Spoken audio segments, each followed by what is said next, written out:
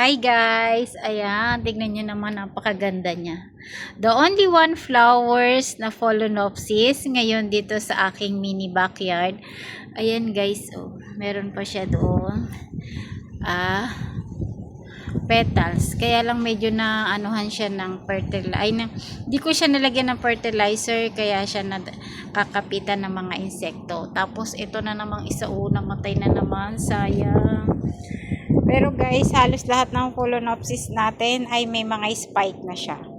Ito yung mga new variety natin dahil yung mga dati kong ang Phalaenopsis, kung napapansin nyo yung mga sa nakaraan kong vlog ay nagmaalam na, namatay sila. Kaya nagkaroon tayo ng mga bagong Phalaenopsis. So far naman, buhay yung 5 na binili natin. Ayan, nagbubulaklak na sila. Ito yung dati ko pa. Yung purple na malaki yung kanyang flowers. Ito yung iba, nasira yung mga dahon. Kasi nitong mga holiday, ayan guys, naggala ang inyong mother. Naggala ang kanilang mother. Napabayaan sila. Ayan, naibilin ko lang sa kapitbahay pero hindi nga. Siyempre, binilin lang natin. Hindi masyadong na alagaan, kaya yan, ganyan yung nangyari. Pero ngayon nandito na ako, ayan, babantayan na natin ulit yung ating mga alagang orchids para hindi na siya ulit siya mapeste. Ayan. Thank you for watching guys. Ayan, kung mapapansin nyo, yung part na yan na dati na punong-puno ng Phalaenopsis, medyo kumonti na siya. Pero ayun, pag namulaklak yan sila, lalago na ulit. Then ito guys, ayan, bagong new look.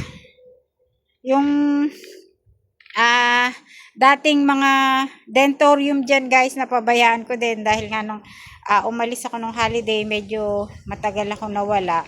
Ayan, kung napapansin nyo, halos wala siyang dentorium, orchids at yung ibang Phalaenopsis. Mga banda lang siya at ating mga dancing lady. Pero guys, i-recover natin yung ating, i-rescue pala natin hanggang makarecover yung ating mga dentorium at yung ating mga iba pang mga orchids na napabayaan. Ayan guys, ngayon nandito na, matututukan na natin siya ulit. Ayan, ang ganda na niya. Ito guys yung sinasabi ko sa inyo na nire-rescue ko na mga dentorium na napabayaan. Ito guys, maganda to kapag fresh. Ayan, kumpul-kumpul kasi tong rose na to. Ayan guys, kung mapapansin nyo, nandyan sila lahat.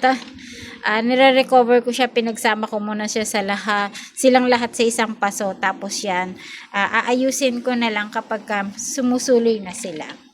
Ito yung ating baby dentorium. Ayan guys, ang dami niyang bulaklak. Ito naman guys, dentorium siya na red. Ayan, kulay red. Ito naman, ang dami niyang bulaklak.